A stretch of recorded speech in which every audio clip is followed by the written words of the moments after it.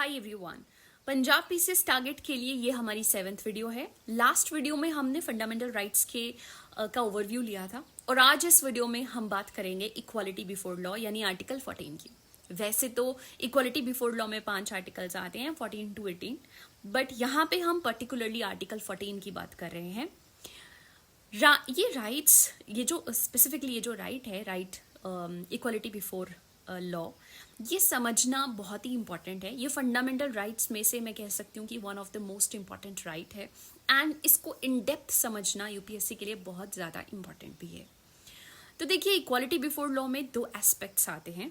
पहला, जिसको हम यही कहते हैं इक्वालिटी बिफोर लॉ, और दूसरा जिसे हम कहते हैं equal protection of law.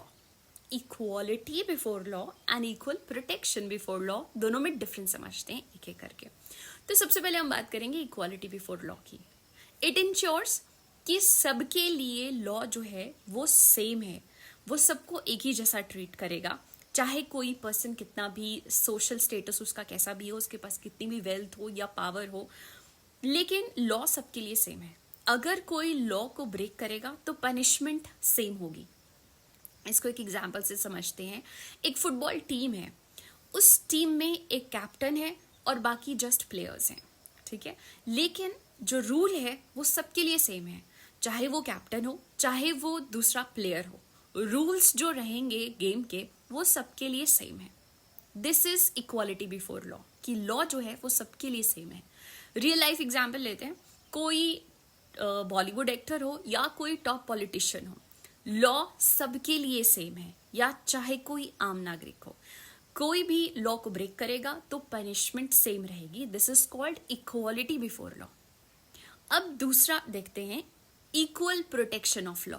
Equal protection of law कहता है कि सिमिलर सिचुएशन में सिमिलर सिचुएशन को सिमिलर तरीके से ट्रीट किया जाएगा। सिमिलर सिचुएशन को सिमिलर तरीके से ट्रीट किया जाएगा, बट इट ऑल्सो अलाउस कि डिफरेंट सिचुएशन को डिफरेंट तरीके से भी हैंडल किया जा सकता है, डिफरेंट तरीके से भी ट्रीट किया जा सकता है। एग्जाम्पल लेते हैं, पहले फुटबॉल टीम का एग्जाम्पल लेते हैं। हो सकता है खेलते हुए एक प्लेयर इंजर्ड हो गया और रेफरी ने उसे दूसरों से थोड़ा ज़्यादा रेस्ट टाइम दे दिया। क्यों रेस्ट टाइम ज़्यादा दिया? Because that player was injured. तो ये अनफेयर नहीं होगा, रेफरी ने उसे थोड़ा ज़्यादा रेस्ट टाइम दिया क्योंकि वो प्लेयर इंजर्ड है, तो उसको जस्ट एक एक्स्ट्रा हेल्प के लिए, ओके। अगर वो नॉर्मल होता तो शायद उसे सेम टाइम रेस्ट के लिए मिलता जितना कि किसी दूसरे प्लेयर को मिला। अब इसकी रियल लाइफ सिचुएशन लेते हैं। गवर्नमेंट जो है वो SC, ST और OBC को रिजर्वेशन देती है एजुकेशन में और एम्प्लॉयमेंट में।